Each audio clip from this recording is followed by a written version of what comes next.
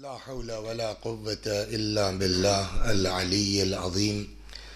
अऊज़ु बिल्लाहि मिनश शैतानिर रजीम। बिस्मिल्लाहिर रहमानिर रहीम। अल्हम्दुलिल्लाहि रब्बिल आलमीन बारिइल खलाइक़ि अजमईन बाइसिल अंबियाइ वल मुरसलीन वस्सलातु वस्सलाम वत्तहिय्यतु वल इकराम अलल बशीरिन नज़ीर अस्सिराजिल मुनीर सय्यिदिना व नबिय्यिना व शफ़ीअना इंशा अल्लाह अबिल क़ासिम मुहम्मद।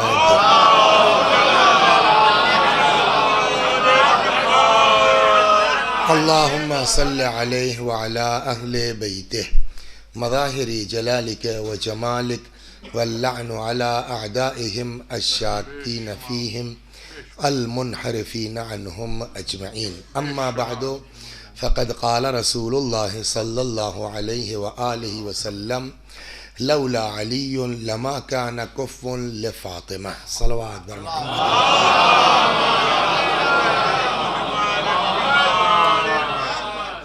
थोड़ा सा अगर आप हजरात सिमट जाएं तो पीछे कुछ लोगों को जहमत हो रही है, जगह थोड़ी सी बन जाएगी और लोग ज़रा सा जो है वो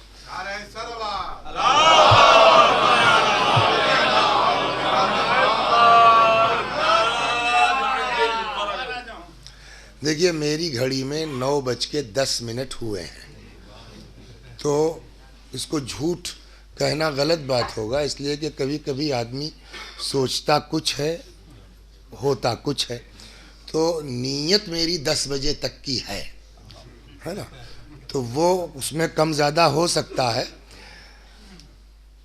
ये मजलिस मुनक़िद हुई है हज़रत फ़ातिमा किलाबिया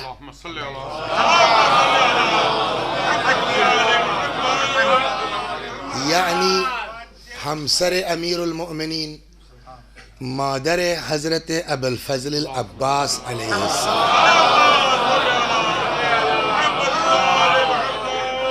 मैंने जिस हदीस को सरनामा कलाम करार दिया है उस हदीस का ताल्लुक़ इस बीबी से नहीं है, लेकिन इस इन्वान के तहत अगर ज़रा सा हम तवज्जो करें तो बीबी की अज़मत का अंदाज़ा होता है। देखिए सबसे ज़्यादा जो अहमियत दी गई है शादी के सिलसिले में वो है कि कुफ़ो होना चाहिए, ज़ौज को ज़ौजा का और ज़ौजा का ज़ौज को। अब ये कुफ़ो क्या है, सबसे बड़ा सवाल ये कुफ़ो क्या है। हमारे आपके जहन में जो कुफ़ो का मतलब आता है कि हम ज़मींदार हैं तो सामने वाला भी ज़मींदार हो, एक कुफ़ो ये है, समझ गए। बड़े बुज़ुर्ग थे, खुदा गरीक़ रहमत करे, कहने लगे साहब ये सब जो है वो सब बकवास की बात है कि ये हड्डी और वो हड्डी, कोई हड्डी वड्डी नहीं देखता, स्टेटस देखते हैं। ये राजा हैं वो राजा हैं, दोनों के यहाँ शादी होगी, चाहे ये जिस ख़ानदान के हों चाहे वो जिस ख़ानदान के हों, ये जनरली जो होता रहा। तो हम लोग जो है वो जो कुफ़ो तलाश करते हैं, ज़मींदार देखता है ना, जनरली यही होता है। लेकिन दीन किसको कुफ़ो कहता है, मज़हब किसको कुफ़ो कहता है, पहले इस पर बात होगी। फिर यह होगी कि पैगंबर ने कहा कि अगर अली न होते तो फातिमा का कोई कुफ़ो न होता, फिर वहां कुफ़ो से मुराद क्या है। और जब ये तय हो जाए कि वाकई कुफ़ो क्या है, तब इस समझ में आएगा कि फातिमा किलाबिया क्या थी कि जिनको अकील ने कुफ़ो बना के पेश किया। सलावत बर मोहम्मद।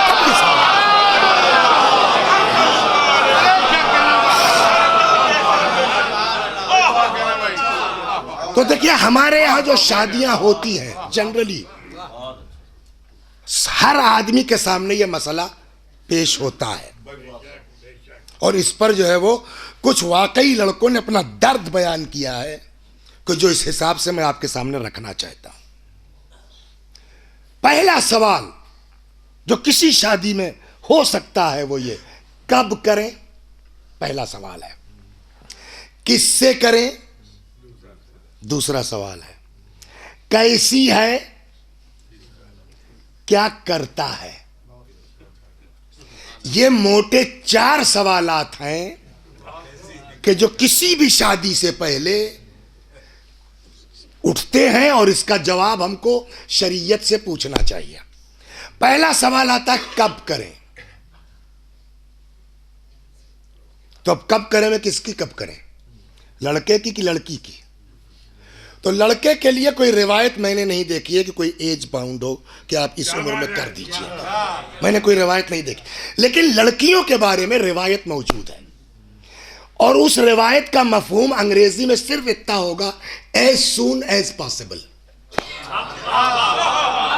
सीधा सीधा तर्जुमा इसका यह है। और मैं वो अल्फाज, असल में बड़ी मुश्किल है कि हम रिवायत भी नकल करते हैं ना, तो आदमी अपने एतबार से एक तसव्वुर होता है उसका। तो एक जगह गए, मजलिस थी, तो ये जो मिंबर है ना, इसमें फासला था। तो है, मुझको भी कुछ नेरों की दिक्कत है, सुन हो जाता है बैठने में ये वो। तो अब वो फासला ज़्यादा तो ये दब रहा था, तो मैंने क्या किया, फिर यूँ कर लिया ऐसे कि कुछ देर ये, फिर कुछ देर ये हो गया। साहब बताइए, साहब मिंबर की तौहीन कर रहे हैं, ये पैर रख के बैठ रहे हैं। तो हर आदमी अपने ज़ौक़ से, है ना, डिसाइड करता है आज के ज़माने में दीन को, एहतराम को, सलवात, हर आदमी का अपना।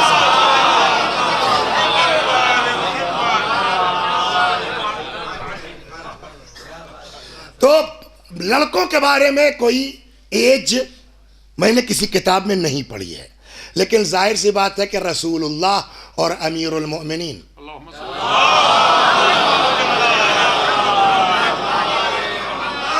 इनकी ज़वात मुक़द्दसा सबके लिए आइडियल है कि नहीं है? बोलिए, है ना। रसूलुल्लाह की शादी जब हुई तो क्या उम्र थी हजरत की? 25 साल। अमीरुल मोमिनीन की जब शादी हुई तो क्या एज थी अमीरुल मोमिनीन की? 25 साल। तो कोई रिवायत न पढ़ने के बावजूद हमारे पास दो दो शख्सियतों की शादी की उम्र मौजूद है, 25 साल। तो मैं ये समझता हूँ कि हमको भी वही अपना ले। 30 साल हो गया था, 35 साल का लड़का हो गया, 38 साल, बचा क्या है बेचारे के पास? सीधी बात है भाई। वो कुछ ये दर्द मुझसे बयान किया उस लड़के ने कि वसी भाई क्या करें, 38 साल के बाद शादी हुई, कहाँ तक हम इंतजार करें कि बेटा हो जाए, बेटा हो जाए।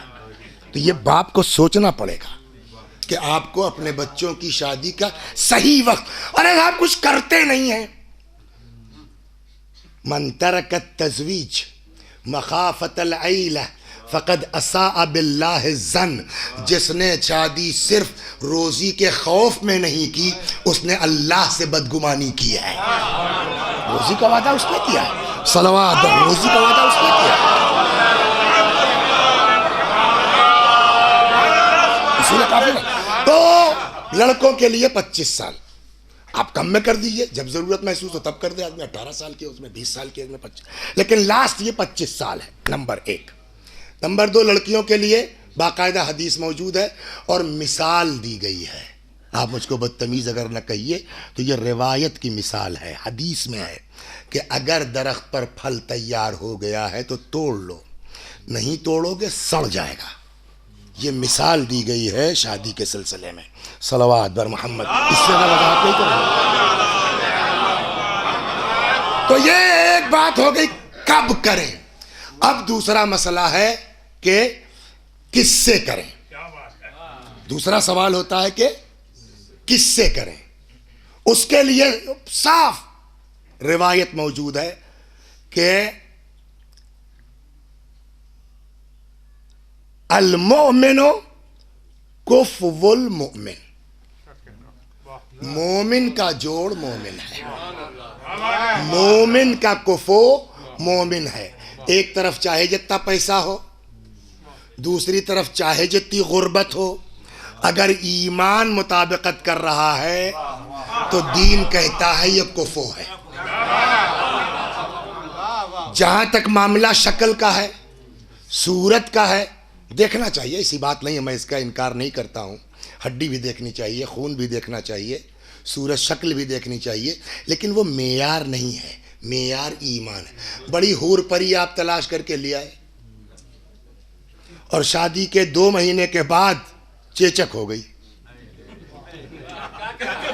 अब फरमाइए आप क्या कर लेंगे, कहाँ ले जाएंगे? तो है ना, तो बुनियाद क्या है? ईमान। और जब हम ईमान देख के करेंगे ना, तो ईमान का नतीजा ईमान ही निकलेगा। अब मैं आपको एक किस्सा सुनाता हूं, फिर हदीस सुनाता हूं, फिर उधर चलता हूं। सल्लल्लाहु अलैहि मोहम्मद। ईमान का नतीजा है ना, मसल कि बर्तन में जो होगा वही तो निकलेगा, वही तो दिखाई देगा। अब अगर ईमान है तो ईमान जाहिर होगा। एक बहुत बुजुर्ग शख्सियत गुजरी है आपके यहाँ, जिनका नाम है मरहूम मुक़द्दस अर्दबीली, है ना। इनका नाम नहीं है मुक़द्दस, नाम इनका है अहमद। इनके बाप का नाम है अबू ज़र। बड़ा लतीफ़ा इनका एक है। हम लोगों के उस्ताद थे, खुदा गरीक रहमत करे, दर्स में उन्होंने नकल किया कि एक दिन मुक़द्दस अर्दबीली ने ख्वाब में देखा जनाब मूसा को और रसूलुल्लाह को। तो जनाब मूसा ने एतराज़ किया कि साहब आपने अपनी उम्मत के उलमा को बनी इसराइल के अंबिया की तरह कह दिया। सुना नहीं हदीस सुनी? तो हजरत ने कहा भैया एक हमारी उम्मत का आलिम है, इससे बात कर लीजिए आप। जनाब मूसा ने कहा कि क्या नाम है साहब आपका? ये शुरू हो गए, मेरा नाम अहमद है, मेरे वालिद का नाम अबू ज़र है, मैं अर्दबील का रहने वाला हूँ, और महल्ला ये है, और गली ये है, और मकान हैं। भाई साहब मैंने आपसे आपका नाम पूछा, एड्रेस थोड़ी पूछा। मुक़द्दस अर्दबीली ने पलट के कहा तो सर आप तो नहीं एतराज़ कर सकते। क्यों? कहा आपसे भी अल्लाह मियाँ ने सिर्फ इतना पूछा था, माँ तिल का बे यमीन का या मूसा, मूसा तुम्हारे हाथ में क्या है? आप कह देते डंडा है, आप कह देते आसा है। वो इतना लंबा चौड़ा जवाब शुरू किया, ये मेरा आसा है, मैं इस पे टेक लगाता हूँ, पत्ते तोड़ता हूँ, बकरियां हटाता हूँ, और भी बहुत से काम है। तो आप तो खुद ही जवाब दे रहे हैं तफसीली। जनाब मूसा ने कहा यार तुम समझे नहीं, मैं अल्लाह से बात कर रहा था। जितनी देर मैं वे गुफ्तगू रहूंगा उतनी देर तक मेरे लिए शरफ की बात है। तो आप क्यों भूल रहे हैं कि मैं नबी खुदा से बात कर रहा हूं? जितनी देर बात करूंगा उतनी देर मेरे लिए शरफ का मकाम है। यह है मुक़द्दस। ये वो आदमी है, अल्लाहु अकबर, कि जिस इंसान ने 12 इमाम की जियारत की है। सुनाऊंगा आपको, हम लोग तो ज़रा ज़रा से में उबल जाते हैं ना। इन उलमा की तारीख़ पढ़िए, वाकई दिल चाहता है अब मामा मामा उठा के फेंको और पैंट शर्ट पहनो, निकल लो अपना जा कहीं दुकान उकान खोल लो। वाकई हकीकत है, ये लिबास हम लोगों के लिए शायद दुरुस्त ना हो। क्या जवाब देंगे खुदा के आप? अल्लाह आप देखिए ऐसे बुजुर्ग कैसे गुजरे। चले जा रहे थे पैदल, एक साहब आ गए, कहने लगे बैठ जाओ मेरे पीछे।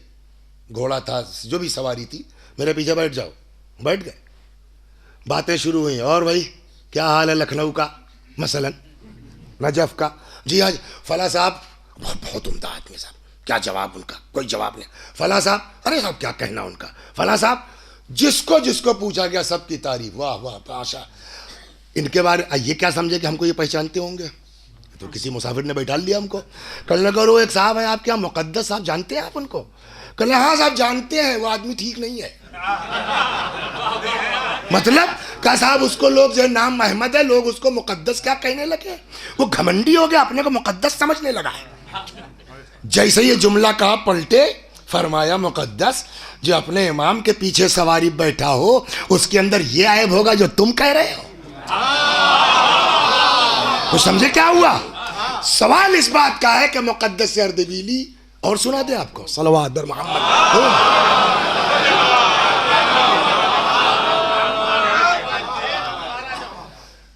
इतना ईमान अल्लाह बिला वजह नहीं होता। लोगों ने कहा साहब आपके अंदर इतना सब कैसे आया? उन्होंने अपना एक किस्सा बताया। तो उसके पहले नहीं था इतना, उसके बाद ये शुरू। हम लोग 2 दोस्त थे, एक ही कमरे में रहते थे, और तय ये हुआ था कि जो गुजर, इसी शर्त पे हमने उसको रूम पार्टनर बनाया था हॉस्टल में, कि आप हमारे साथ रह सकते हैं मगर कमरे की बात बाहर नहीं निकल सकती। ये शर्त मंजूर है तो आइए आप। कल पार्टनर ने मान लिया। अब 1 दिन हुआ, 2 दिन हुआ, 3 दिन हुआ, कुछ खाने को नहीं है। एक दिन जो है वो ये कहीं से अपना दर्स वर्स से पलटे तो पार्टनर ने जो है वो दस्तरखान बिछा दिया, खाना रख दिया। कहने यार ये कहाँ से आ गया? कहने एक साहब आए थे दे गए, कि तुमसे तय तक कमरे की बात बाहर नहीं जाएगी। उसको कैसे पता चला कि हम लोग भूखे हैं? देखिए, जो हदीसों पर अमल करता है ना, हदीस सुना दूं, रिवायत कहती है कि अल्लाह ने बंदे मोमिन को हर चीज़ की इजाज़त दी है इल्ला इज़लाल नफ्से, अपने नफ्स को जलील करने की इजाज़त खुदा ने नहीं दी है मोमिन को। दूसरी हदीस में शियातुना मन लम यसअलिन नास वलौ माता जुआ, हमारा शिया वो है जो किसी के आगे हाथ नहीं फैलाता चाहे फाके से मर क्यों ना जाए। कमरे की बात बाहर कैसे गई, उसको कैसे पता चला हम लोग फाके से हैं? साहब मैंने नहीं बताया, वो आके पीछे पड़ गया कि यार तुम्हारी शक्ल देख रहे हैं, तुम्हारे वो पार्टनर को देख रहे हैं, बड़ी कम बात क्या है। जब उसने बड़ी कसम वसम दिला दी मौला की तो मैंने उससे कह दिया, तो वो साहब वो खाना दे गया और ये पैसे दे गया। पैसे दोनों दोस्तों ने आधे आधे बांट लिए, खाना खा लिया। अब इम्तिहान कुदरत देखिए, नमाज शब के आदी थे, आँख खुली मालूम हुआ गौसल वाजिब है। अजब, गौसल वाजिब है। हम आप होते तो क्या करते? तयम्मुम कर लिया, नमाज हो जाएगी ना। घरों में हम्माम होते नहीं थे, जाड़े का ज़माना है। अब वो जो किराए का हम्माम है वो खुलेगा अजान के वक्त, 5 रुपए दे देंगे, गुस्ल हो जाएगा, नमाज पढ़ लेंगे, नमाज तक हो जाएगा। मगर यहाँ मुस्तहब्बी नमाज का केस है, शब का, वाजिब का मैटर ही नहीं है।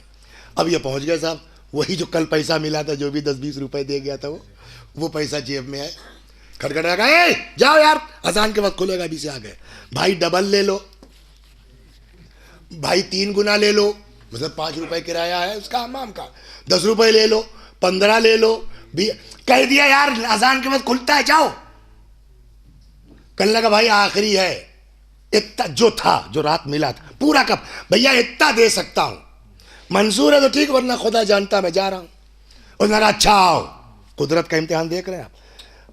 कल को खाने का क्या होगा कुछ नहीं मालूम। जो रकम थी पूरी पूरी साहब गुस्ल की, जबकि हो सकता था अभी अजान होगी मगर नमाज शब छूट जाएगी।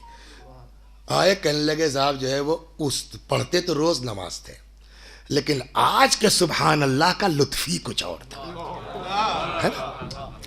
अब सवाल यह कि यह आदमी कैसे इतना बड़ा हुआ, कैसे दीदार हुआ।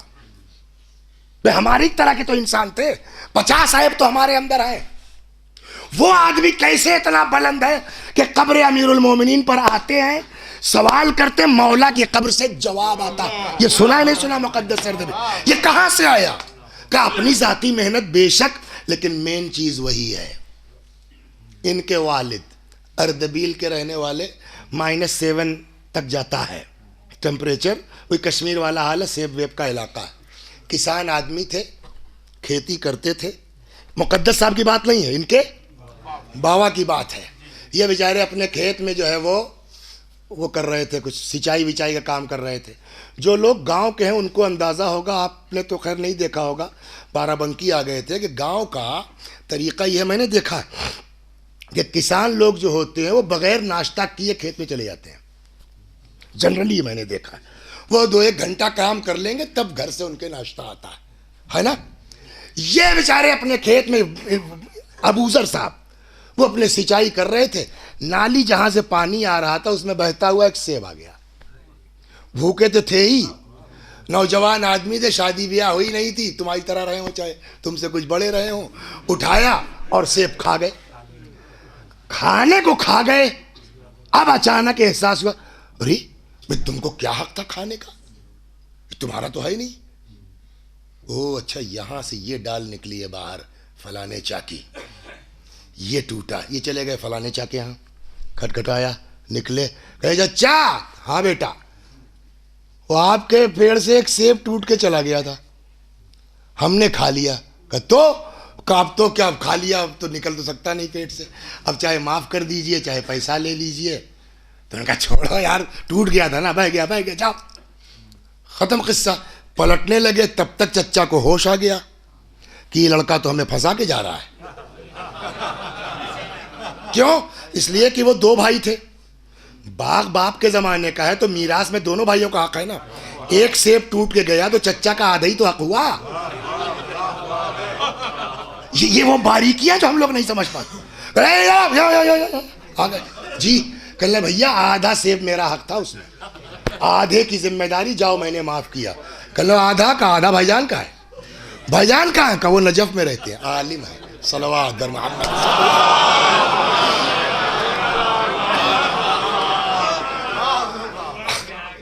अब साहब जब इनका खेती वेती का काम खत्म हो गया तो ये बेचारे इन्होंने अपना उठाया बस्ता कि चलें, ज़ियारत भी हो जाएगी और आगा से बात भी हो जाएगी आधे सेब के चक्कर में।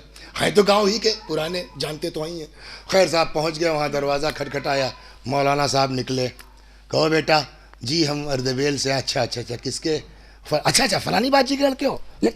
यूँ भाई ख़ानदान है, गांव है तो फलानी आपा के लड़के हो? आओ बैठो बैठो, खैरियत? तो ज़ियारत करने आए हो? कह लो ज़ियारत तो ज़िमनी है, असल आपसे मिलने आए हैं। हमें नजफ कोई आदमी ज़ियारत को ज़िमनी बना के भी आ सकता है? मेन मुझसे मिलने आए हो, ज़ियारत सेकेंडरी, क्या मतलब? कल पूरा किस्सा सुना साहब, ऐसा ऐसा हुआ और आपके भाई साहब ने कहा भैया मैंने आधा खा लिया, आधा माफ़ किया, आधा भाईजान जाने। तो आपके पास आया हूँ वो आधा सेब। वो भी समझ तेज था। कल तो तुम्हारा क्या ख्याल? मैं बहुत खुश हो जाऊँगा। अरे यार क्या लड़का है बेचारा, वहाँ से यहाँ तक चला आया आधा सेब माफ़ करवाने। हाँ जल्दी है। जी नहीं, आप इस उसमें मत रहिएगा कि मैं बहुत मुतासिर हो जाऊंगा आपसे और जल्दी से माफ कर दूंगा। तब कभी आप खाया है आपने, माफ करूंगा, उसके शराइत हैं, झेलना पड़ेगा आपको।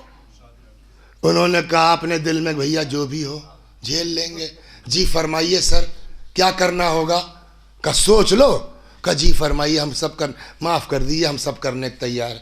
तो उन्होंने कहा मेरी लड़की से शादी कर लो। सलवात बर मोहम्मद।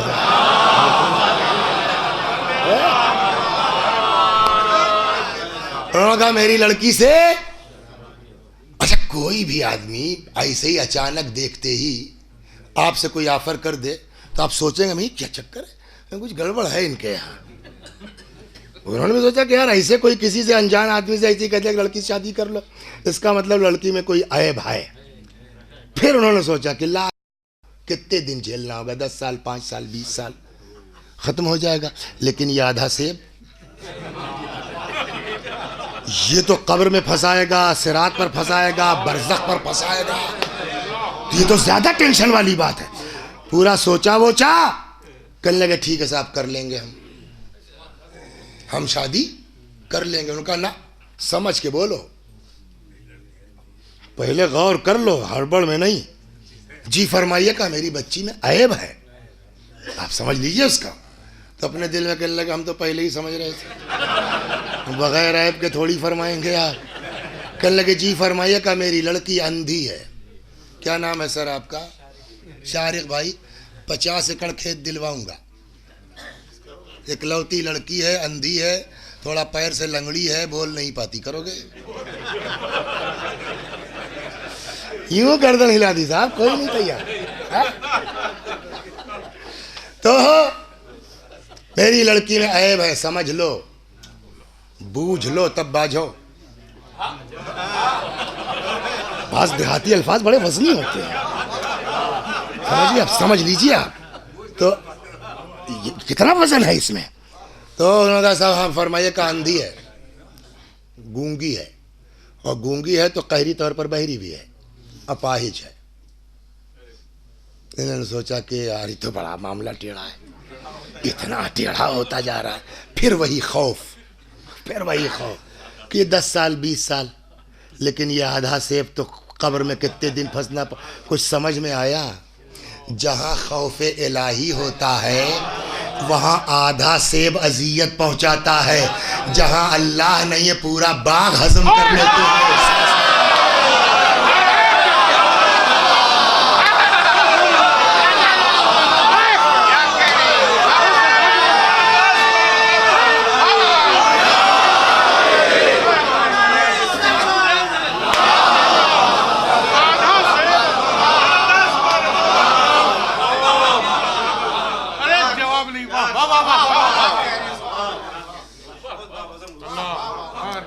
तो अब वो टाइम नहीं रहा, वो हदीस वाला। चलिए एक दूसरी लाइन पकड़ ली है मैंने।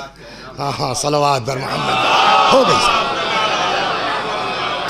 आखिर में इन्होंने फैसला कर दिया कि ठीक है साहब करूंगा, मैं शादी कर लूंगा। शादी हो गई। अब जब बीवी आई,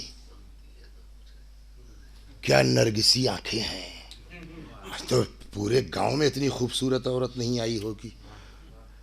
अब ये खुद ही सवाल जवाब कर रहे हैं। लगता ये है कि जो है मौली साहब टेस्ट ले रहे थे और जब देखा कि नहीं वाकई, तो उन्होंने उसके बजाय ढंग वाली से शादी कर दी।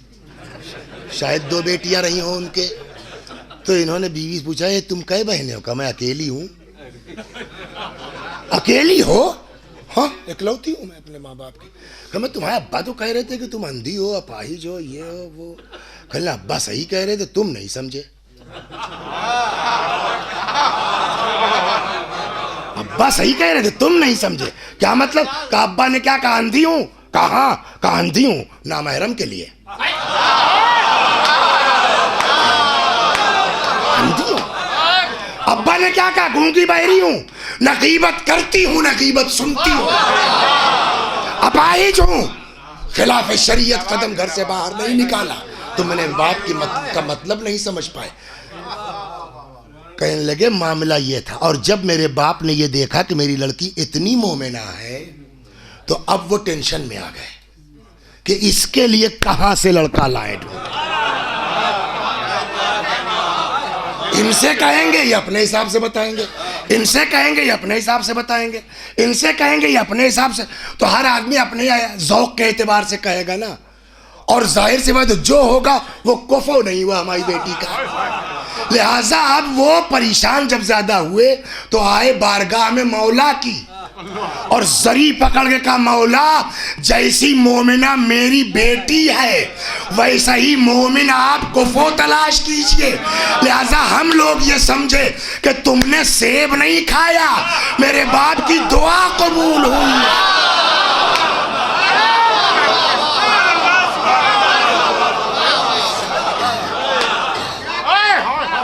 सलावत बर मोहम्मद व आले।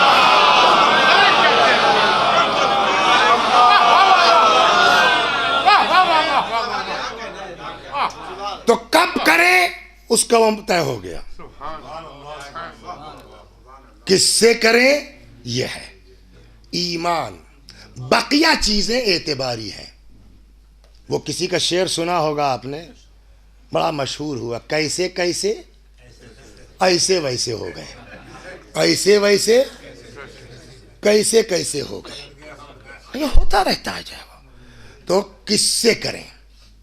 असल चीज क्या है? ईमान। काफी जो है उसके कई हिस्से हैं। खुद उसूल काफी की 4 जिल्दें हैं। खुद काफी, अल उसूल मिनल काफी, 2 अल फुरू मिनल काफी, 3 अर्रौदा मिनल काफी। ये 3 हिस्से काफी के हैं। फिर उसूल काफी के 4 और रौज़े काफी के। फिर तो उसमें जो है वो जाहिरन मैं मिस कर रहा हूं, फुरूए काफी या रौज़तुल काफी। रौज़तुल काफी में किताबुन निकाह एक किस्सा सुबह मैंने कहा ना कि अब वो वाली हदीस छेड़ूंगा तो लंबा हो जाएगा, इसलिए इसी पर हम खत्म कर देते हैं। मगर अगले साल आना सर, इसको कंटिन्यू कर देंगे अगले साल इंशाअल्लाह। सलवात बर मोहम्मद।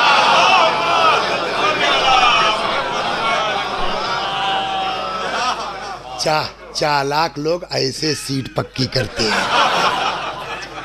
सलवात बर मोहम्मद।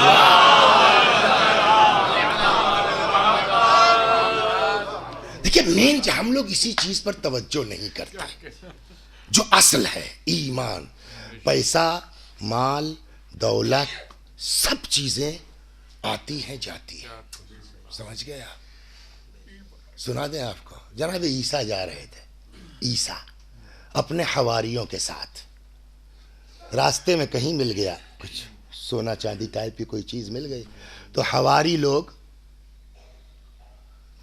कौन है भाई कहने को मुंह से, चाहे जो इसकी जरूरत सबको है ना, हाँ यार अल्लाह रुकिए जरा।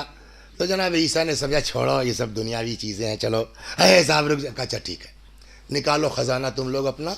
तो फिर मैं भी जा रहा हूँ अपना खजाना लेने, मैं अपना खजाना लेके आता हूँ। अब जनाब ईसा पहुँच गए, देखिए ये है, पहुँच गए। वहाँ जाते तो जंगल टाइप का था, एक अकेला मकान, छप्पर वप्पर जब भी बुढ़िया थी, वहाँ पहुँच गए। अम्मा मेहमान चाहिए? का मेहमान हबीब खुदा है। खैर साहब रुक गए। थोड़ी देर में उसके एक लड़का था जो जंगल से लकड़ियाँ काटता था और ले जाके बाज़ार में बेच, वही उसकी बेचारे के जो है वो आमदनी थी। और वो शाम को बेचारा काम वाम से लौटा था, अम्मा ने कहा था अंदर बैठो, वो बहुत बड़े अल्लाह वाले मेहमान लगते हैं शक्ल सूरज, तुम उनसे ज़रा बातें करो, मैं कुछ पका दूँ उनके लिए। अब साहब वो पहुँचा जनाब ईसा के सामने। अब ईसा अलैहिस्सलाम, किताब में वीडियो थोड़ी बनी है, अक्ल से आदमी सोचता है ये मंजर रहा होगा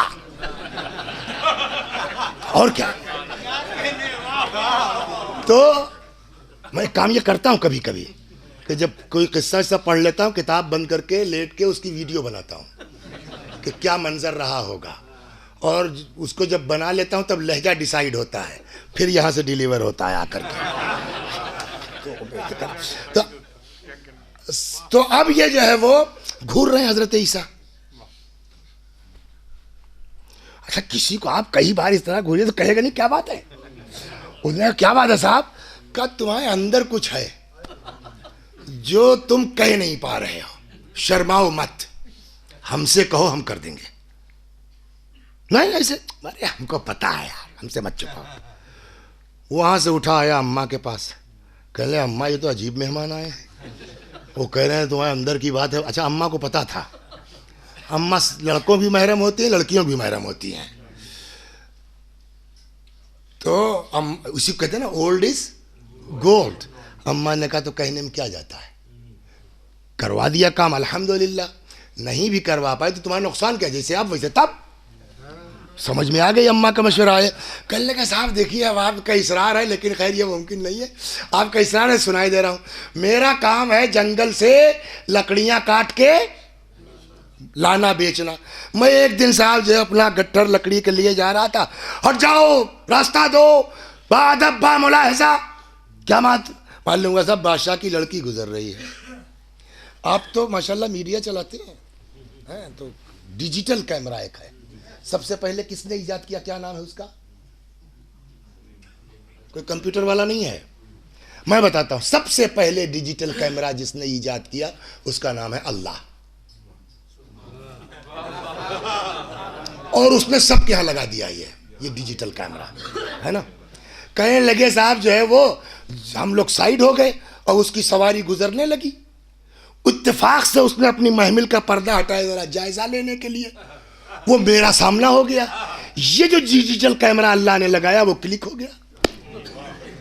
अब जो हार्ड में लाके इसने जो है तस्वीर डाली तो अब डिलीट करता हूं, डिलीट ही नहीं होती।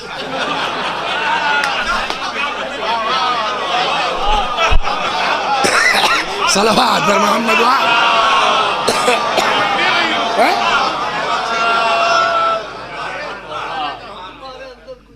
जनाब ईसा समझ गया। कहने लगे तो ये बताओ हमें शादी करना चाहते हो? तो कोई भी होगा ये जवाब देगा। लड़के ने कहा साहब इसका मतलब ये थोड़ी, हमको अपनी औकात पता है, कहाँ राजा भोज और कहाँ गंगू तेली, हमको कहने लगे उससे तुमसे बहस नहीं। जब मैंने कहा है काम करवा दूंगा तो करवा दूंगा, तुम यस करो। वाकई शादी करना चाहते हो? आदमी खुल के बोल भी तो नहीं पाता इसे मौके पर। कितने बूढ़ों का मेरा तजर्बा है, बेचारे चाहते भी हैं कहीं भी नहीं पाते हैं, सब है। एक आध को तो लगा भी दिया मैंने, बिस्कुट उस्कुट मंगा के रख के उठाए गए। हमने क्या हुआ चाचा, कहने लगे भाई क्या बताएं, वो सलवात ये होता कहीं पाता नहीं आदमी। तो जनाब ईसा ने कहा कि ठीक है आपका काम हो जाएगा, आप टेंशन मत लीजिए, खाइए पिए सो जाइए। सुबह लड़का उठा, उसने अपना तेशा वेशा उठाया चला। हजरत ईसा ने कहा कहाँ जा रहे हैं साहब, काम पर बैठ के थोड़ी काम चल। तो हजरत ईसा ने कहा रात वाली बात। उसने कहा क्या वाकई? कहा और क्या? हम समझे शायद हमारे यहाँ खाया खुश करने के लिए कुछ कहना नहीं, खुश करने के लिए नहीं जाओ कि तो क्या, कुछ नहीं, यही लिबास चेंज वेंज मत करो, इसी जो तुम्हारा कपड़ा है रोज का काम का, इसी के साथ जाओ बादशाह के दरबार में सीधे, मैं हूँ बाहर, चलो मैं भी चलता हूँ। और पहले तो सिपाही जाने नहीं देंगे। देखिए एक बात सुन लीजिए, जब खुदा कुछ करना चाहता है ना तो हालात वैसे ही बना देता है। हमारे आपके बस में कुछ नहीं, मुसब्बिबुल अस्बाब वो है। मगर वो तुमको इजाजत दे देंगे और तुम बादशाह के सामने जाकर बगैर किसी तकल्लुफ के सीधे सीधे अपनी बात कह देना, फिर वो जो कहे हमसे आके बताओ। चले गए, ये बाहर है, वो क्या है, बादशाह से मिलना है। बादशाह से क्या काम है, लड़की शादी करेंगे उनकी। अब जब आप हंस दिए तो सिपाही यार इसको दे यार इसको दे है, तो उसमें क्या कर ले यार, थोड़ा भेज दो, बादशाह का ये मूड फ्रेश हो जाएगा। तो अल्लाह भेजना चाहता है तो कौन रोकेगा। आ गए बादशाह के सामने, क्या है, कहने कुछ नहीं साहब, आपकी लड़की से शादी करना। बादशाह ने, देखिए शराफत थी उसकी कि करना तो है ही नहीं, बेचारा क्रेक वेरेक है, सीधे आके तो काहे को इसका ही दिल क्यों, इसका भी दिल क्यों तोड़ें, ऐसी बात कह दो बेटा, कर ही नहीं पाएंगे।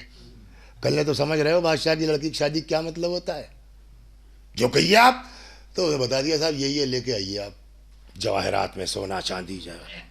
अब हजरत ईसा ने क्या कहा था, जो कहे आगे बताओ।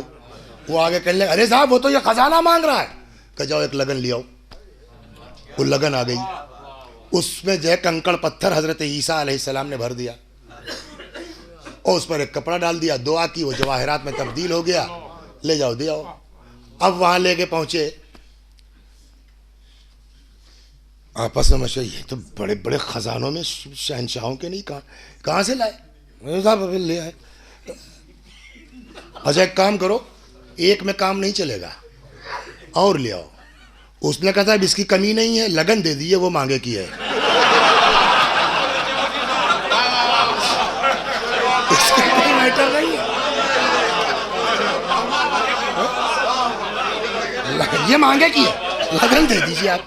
वो लगन ले, पहली बार हजरत ईसा ने रखा था, दुआ की थी, अब आया अब और मांग रखा, बाहर लो। वो भरता है, वही एक दुआ चल रही है कंटिन्यूएशन में, और वो जवाहरात में 1 2 3 4 नहीं मालूम। आखिर में बादशाह ने तो सच सच बताओ नहीं गर्दन मार देंगे। कहाँ खजाना मिला, कहा कहीं नहीं साहब। भाई कहाँ से लेके आ रहे हो, और जब हड़काया गया तो बेचारे खुल गए। बादशाह ने कहा कि ये कोई आदमी ऐसा जिसकी दुआ से कंकड़ पत्थर जवाहिर बन जाए तो वो तो अल्लाह का नबी हो सकता है, और अगर अल्लाह का नबी चाह रहा है कि मैं अपनी बेटी की शादी कर दूं इससे, तो फिर मुझको क्या एतराज है। अब देख रहे कैसे अल्लाह ने काम कर दिया। कहा ठीक है कर देंगे शादी, एक शर्त है। क्या, कभी तुम्हारा मेहमान है वो पढ़ेगा निकाह। उन्होंने कहा ठीक है साहब, आए हो गया। तब कह रहे निकाह का, चलो आगे हम पढ़ देंगे, निकाह पढ़ देंगे। अब साहब कल का लकड़हारा आज क्या हो गया, दामादुल मिल्लत, बादशाह का दामाद है, हल्का फुल्का थोड़ी है। सल्लल्लाहु अलैहि मोहम्मद।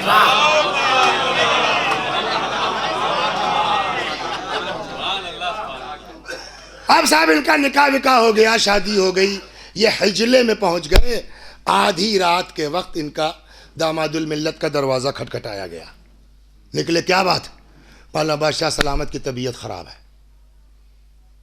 ये हकीम वो तबीब है, वो साहब सहर होते होते इंतकाल, मर गया। अब साहब बादशाह की लाश दफ, उस कानून यह था उस इलाके का कि वहीं कब्र पर बादशाह के नया बादशाह डिसाइड होता था, बादशाह के कोई लड़का नहीं। अब जो बुजुर्गों ने जो है वो फैसला किया, भाई दामाद भी जस्ट लाइक औलाद के, तो ये जो कल शादी हुई उसी के सर पे ताज रख दो। परसों लकड़हारा था, कल दामाद हुआ, आज बादशाह हो गया। खुदा जब चाह लेगा ना, लेकिन मुश्किल ये कि हम लोग नहीं बर्दाश्त कर पाते, सब्र नहीं है हमारे अंदर। खैर अच्छा, अब ये सब करके जनाब ईसा चले गए पहले ही दिन से।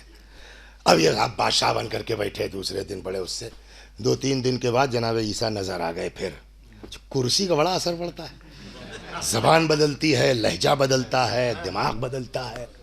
बहुत कम लोग होते हैं, बहुत कम। आपको पता है कि अपनी खिलाफत में, अब वो शहर नहीं बता पाऊंगा, अहवाज वहवाज शायद रहा हो, नहीं मालूम, लेकिन ये है कि अपनी खिलाफत में मौला ईरान भी गए थे। सुना नहीं सुना? और जब वहाँ पहुँचे ईरान, घोड़े से तो थे ही, तो अब पब्लिक आगे पीछे दौड़ने लगी, तो मौला रुक गए। ये क्या हो रहा भाई? कल हमारे यहाँ ये रस्म है कि हम लोग अपने हुक्काम का इस तरह। कल इसमें हाकिम के लिए गुरूर और तुम्हारे लिए जिल्लत का सबब है, खबरदार आइंदा ऐसा मत करना। सलवात, ये है अमीरुल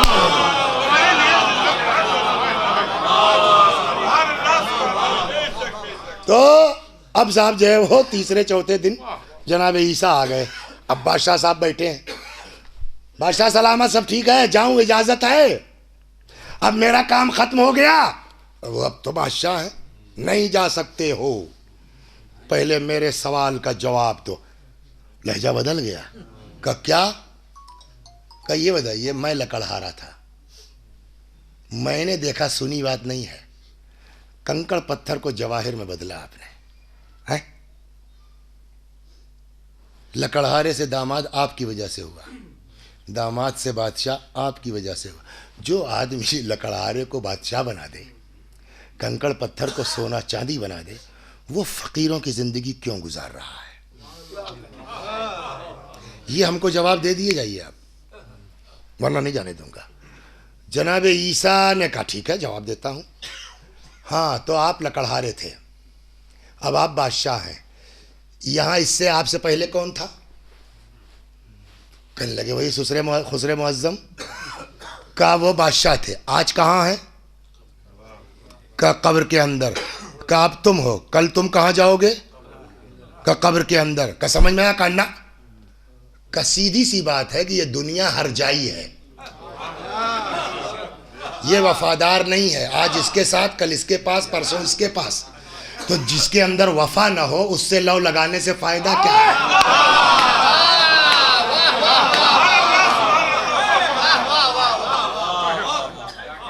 इसलिए मैंने उससे लव लगा रखी है कि जो रगे गर्दन से ज्यादा करीब है, जो हर वक्त मेरे साथ है। उसने कहा बस रुक जाइए, मैं आता हूं। है इंक्लूडिंग माई सेल्फ, कोई है ऐसा जो ये हिम्मत जुटा सके? गया अंदर, वो सब उतारा, अपना पुराना वाला कपड़ा वही लकड़हारे वाला पहना। कहा चलिए सर। कहाँ? आपके साथ मैं भी वफा की तलाश में, वफादार की तलाश में। जनाब ईसा इस लड़के को लेके आए। क्या कह के आए थे अपने हवारियों को, असहाब को? तुम लोग अपना खजाना निकालो, मैं जा रहा हूं अपना खजाना लेने। लेके आए, क्या हुआ? मिल गया खजाना? कहाँ? कहिए तुमको तुम्हारा मुबारक, ये मेरा खजाना है। आपको पता है अल्लाह ने हमारे इमाम के लिए कैसे कैसे लोगों को इकट्ठा कर रखा है। ये ईसा के साथ आज भी ये लकड़हारा चरखे चहारुम पर है। और रिवायत कहती है कि जब हजरत का ज़ुहूर होगा तो ईसा के साथ ये लकड़हारा भी आएगा हमारे मौला की नुसरत के लिए। छोटे मोटे लोगों को नहीं है। सलवात दर मोहम्मद।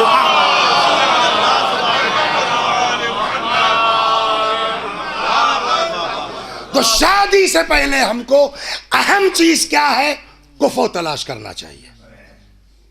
अगर कुफो नहीं है तो फिर वो शादी कामयाब नहीं हो सकती।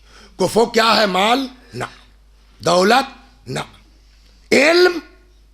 हाँ, इसी पर तो मुझको पढ़ना तो जो गड़बड़ हो गया, लेट हो गया, अगले साल इंशाल्लाह। इल्म, हाँ, मेन चीज है क्या? ईमान, हुस्न। एक हदीस सुना दूं आपको, गजब किया है। बाज चीजें मैं अपने साथियों से कहता हूं कि कुछ हदीसें तुम लोग समझ ही नहीं पाओगे, गांव का आदमी समझेगा। एक रिवायत सुनिए आप पैगंबर से।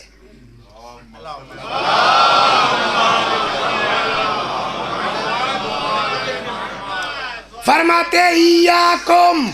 अच्छा, ये हमने अपने यहां तो पढ़ाई, तो पहले रेडियो आता था, निदा उल इस्लाम मिन मक्कतल मुकर्रमा, मक्के से 1-2 घंटे शाम को आता। तो एक दिन ऐसे ही लगा रहे थे तो उसमें भी हदीस, तो हमको अंदाजा हुआ कि शायद सुन्नियों के यहाँ भी हदीस है। हमारे यहाँ तो हमने अपनी किताब में पढ़ा, यानी दोनों के यहाँ है, उनके यहाँ नहीं पढ़ा मैंने।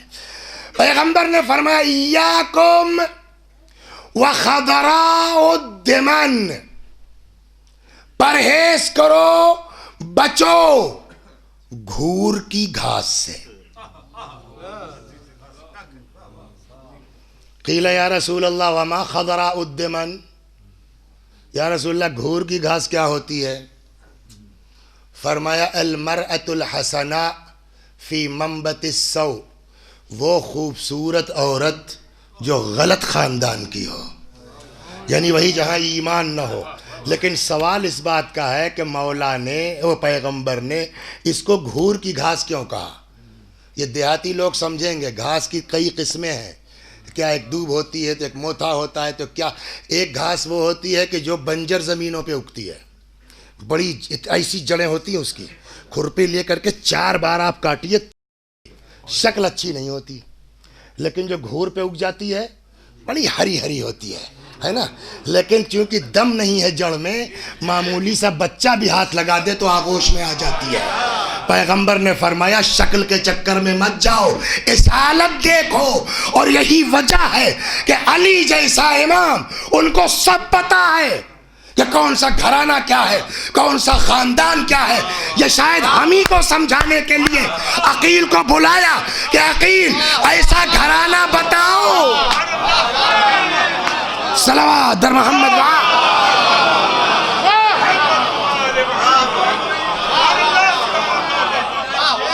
ऐसा नहीं कि माज़अल्लाह मौला को पता नहीं था, और अकील को बुलाया। अकील के अंदर एक खास बात थी कि इनको पता बहुत था इस मैटर में। लतीफ़ा सुना है, नहीं सुना? सुना है ना। चले गए शाम, अंधे हो गए थे, लास्ट एज में ये नाबीना हो गए थे। तो ये अमरियाज जो था तो बड़ा बदमाश, इसमें कोई शक नहीं है। एक साहब ने किताब लिखी है नवाबिग़ हर असर, हर ज़माने के चालाक तरीन लोग। उसमें इस दौर में अमरियाज वो कहता है कि अपने ज़माने का नाबिगा था। वही बात है साहब, मिंबर से कह नहीं सकते, ये अल्फाज बोल नहीं सकते, मगर कुछ गालियां हमारे देहातों में हैं। मैं इसको मिंबर से नहीं बोल सकता हूं, समझ में आता है कि लगता है इसी केस की बिना पर ये गाली बनी है। सलवात। मैं अभी आपको सब शायद आप पहुंच जाए, समझ गए। तो अकील नाबीना है, अंधे है। तो ऐसे ही बात कर ले, तुम्हारे बगल में कौन है? तो हाकिम ने कहा कि वो है अमरियास। कल अच्छा वही जिसके बारे में 10 लोगों का झगड़ा है, हमारा लड़का हमारा लड़का हमारा लड़का। अब उस गालिब पहुंच गए, आप लगता है जो देहातों में की जाती है, डैश डैश का पूत बोलते हैं। सलवात दर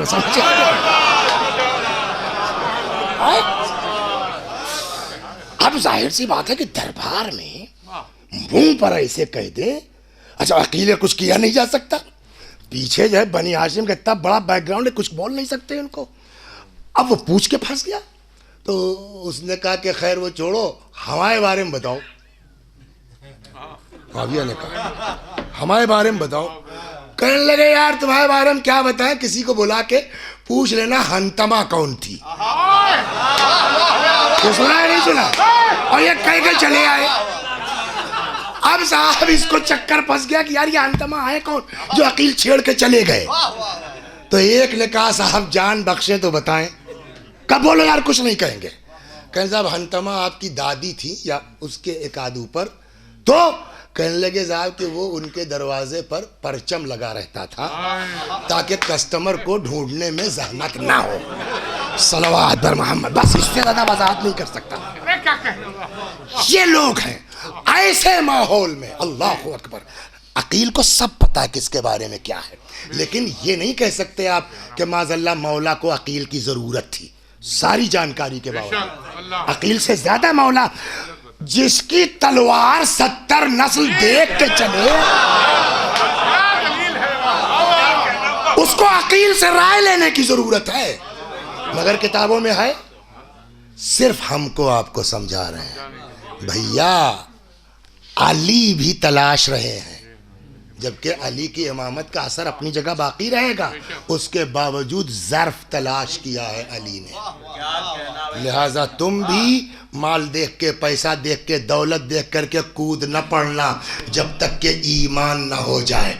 और जब ये रिवायत तय हो गई है कि अल मुमिनु कुफ़ुल मोमिन, मोमिन का कुफ़ो मोमिन है, और अली ने कहा तलाश करो, तो इसका मतलब यह है कि कुल्ले ईमान का जो कुफो होगा वो हल्की फुल्की मोमिना नहीं हो सकती। सलवात दर मोहम्मद।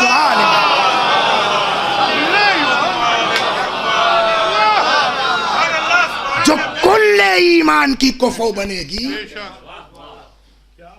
वो मामूली ईमान की नहीं होंगी। और इसीलिए आप देखिए कि दुनिया में कहीं आपको ये रवैया नहीं मिलेगा शौहर की औलाद के तई। ये वही नतीजा असल ईमान का। रिवायत कहती जी पहले दिन जिस दिन आई है ना, उस दिन इत्तेफाक से इमाम हसन हुसैन बीमार भी थे। अभी अभी ताज़ा पढ़ा मैंने, अभी बैठे बैठे वहाँ। उस दिन इत्तेफाक से बीमार थे, बजाय अपने हुजरे में जाने के सीधे उधर आए हैं। अल्लाह अकबर। पहले बच्चों की इयादत की है और उन्होंने जो माँ कहा का खबरदार, माँ नहीं, मैं कनीज बन के आई हूँ। ये उसी ईमान का असर है। अल्लाह अकबर। और सुना दे आपको, आ गई। अल्लाह ने खैर से 4 बेटे अता किए, जिन बेटों का कायनात में कोई जवाब नहीं है, लेकिन वो ईमान कहीं नहीं मिलेगा आपको। बशीर कहते हैं अल्लाह अकबर कि जब मैं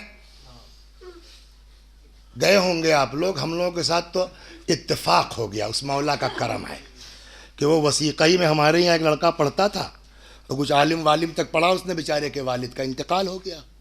उसके वालिद जो थे वो वहाँ जो आए सिस्तानी के नुमाइंदे, उनके यहाँ कुछ थे, तो वो आलिम आदमी, उनको तरस आया, उनका भाई इसके कोई बेटा बेटा है मरहूम के, तो यहीं पढ़ता था, उनका भेज दो। अब वो वहाँ उनके यहाँ लग गया, धीरे धीरे माशाल्लाह माहिर हो गया। फिर उनका मदरसा देखना। हम लोग जब पहुँचे 2-3 लोग, तो उसने उनसे कहा कि हम लोगों के उस्ताद आ रहे हैं, कहा तो ये गाड़ी लो, ये चाबी लो, जाओ टहलाओ वहलाओ हज के ऊपर। तो शायद आम हालात में ना देख पाते, अब तो खैर वो शहर के अंदर है, तो वो ले आया। कहने लगे मौलवी साहब जो किताबों में मिलता है कि मदीने के बाहर इमाम ने काफिला रोक दिया था, ये वो जगह है। मैदान दिखलाया उसने, अब तो सिटी के अंदर है। वहाँ इमाम सज्जाद अलैहिस्सलाम ने काफिले को, कारवां को रोक दिया। बुलाया बशीर को, बशीर तुम्हारा बाप शायर था,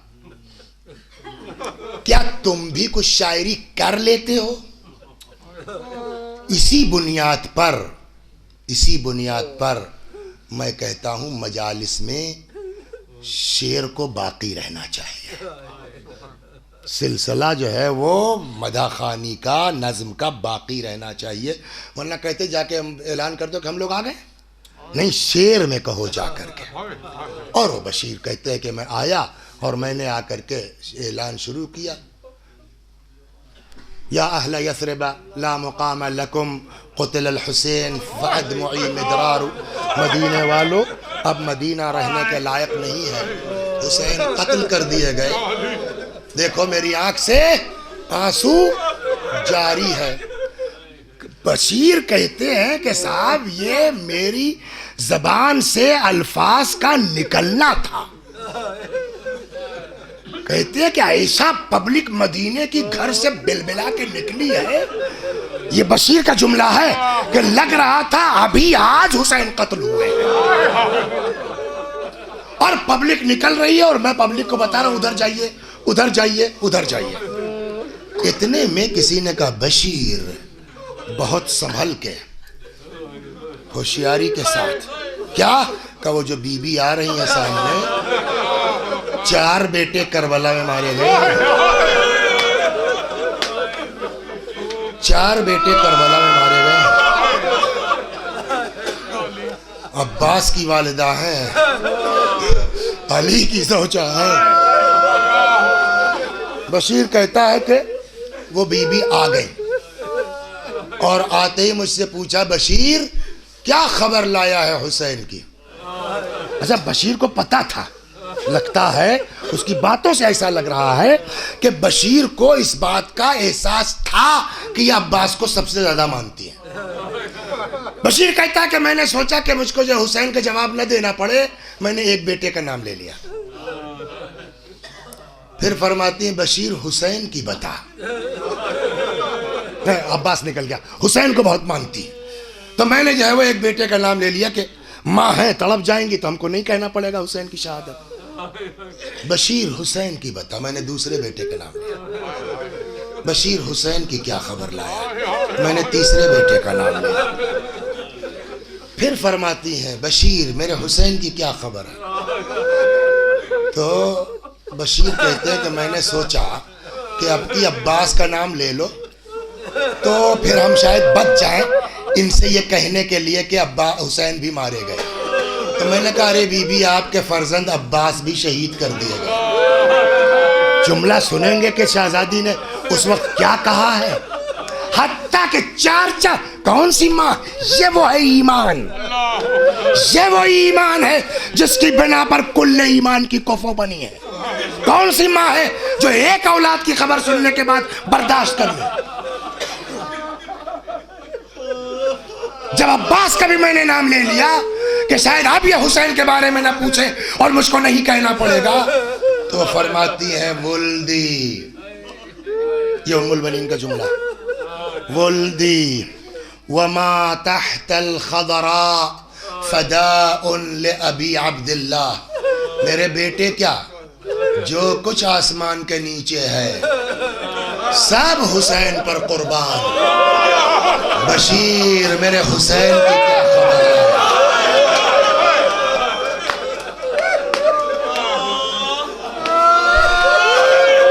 वाकई खुदा आपकी उम्रों में बरकत इनायत करे, आपको तूले उम्र दे। ये हक है उम्मुल बनीन का कि उनके लिए मजलिस मुनक़िद हो और उन पर आंसू बहाया जाए। अभी सुना रहा हूं मैं आपको रिवायत। चलिए उस वक्त वक्ती था नहीं, सारी जिंदगी, ये नहीं कि हाँ बस एक बार याद किया है अपने बेटे को, वरना कहते यह मशहूर यही है ना कि आती थी बकी में 4 कब्र बना देती। ये ईमान हम मैं समझ में नहीं आता कि इसको ईमान की किस कैटेगरी में रखा जाएगा। और फिर 4 कब्रें मिटा देती थी। नहीं, मैं तो तुम्हारी माँ मौजूद हूँ, फिर इमाम की कब्र बनाती, मैं उस हुसैन पर रोऊंगी जिसकी माँ इस दुनिया में रोने के लिए नहीं है। कहते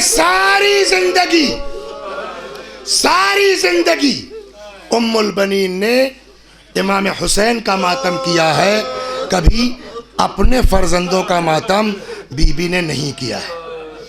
सिर्फ एक जगह रिवायत कहती है कि जहां बीबी ने अपने बेटे को याद किया, वो भी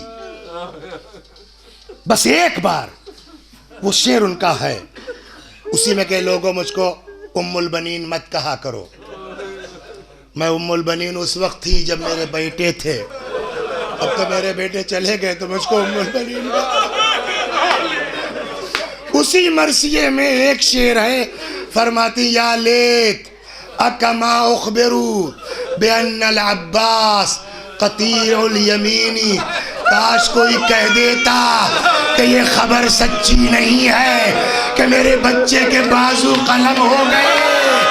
फिर कहती है काश मेरे बच्चे का बाजू सलामत होता तो वमा दना मिनका हक। ए हुसैन, अगर मेरे बच्चे के बाजू होते तुम्हारे करीब कोई नहीं हो सकता। सारी जिंदगी अपने बेटों का कभी जिक्र नहीं किया, हमेशा हुसैन का। और ये मैं रिवायत आपको सुना रहा हूं, फिजा से है, आखिरी वक्त है। रिवायत कहती है फिजा तो काफी दिन जिंदा रही है ना, वो मक्के की दास्तान भी हज की उनकी मशहूर है। फिजा कहती है कि मैंने आखिरी लम्हा, जिस वक्त रूह निकलने का वक्त था, जनाब उम्मुल बनीन के इंतकाल के वक्त, एहतिजार के वक्त, मैंने जनाब उम्मुल बनीन से कहा कि कुछ हमको सिखा जाइए, जाते जाते कुछ हमको बता दीजिए। वो कहती है कि एक मर्तबा उम्मुल बनीन मुस्कुराई और सिर्फ एक जुमला निकला, अस्सलामु अलैका या अबा अब्दुल्लाह।